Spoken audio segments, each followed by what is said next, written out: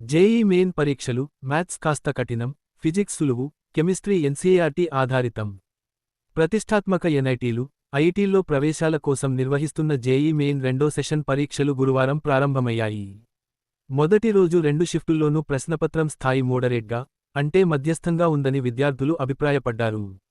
ముఖ్యంగా మ్యాథ్స్ విషయంలో కాస్త కఠినత కనిపించింది. ఎక్కువగా కాలిక్యులేషన్స్ ఉండటంతో విద్యార్థులు సమయం తీసుకోవాల్సి వచ్చింది. కోఆర్డినేట్ జామెట్రీ, కాలిక్యులస్, మేట్రిసెస్, డిటర్మినెంట్స్ నుంచి ఎక్కువ ప్రశ్నలు వచ్చాయి. జనవరి సెషన్తో పోలిస్తే మొదటి షిఫ్ట్ మ్యాథ్స్ కొంచెం కష్టంగా ఉందని పలువురు విద్యార్థులు తెలిపారు.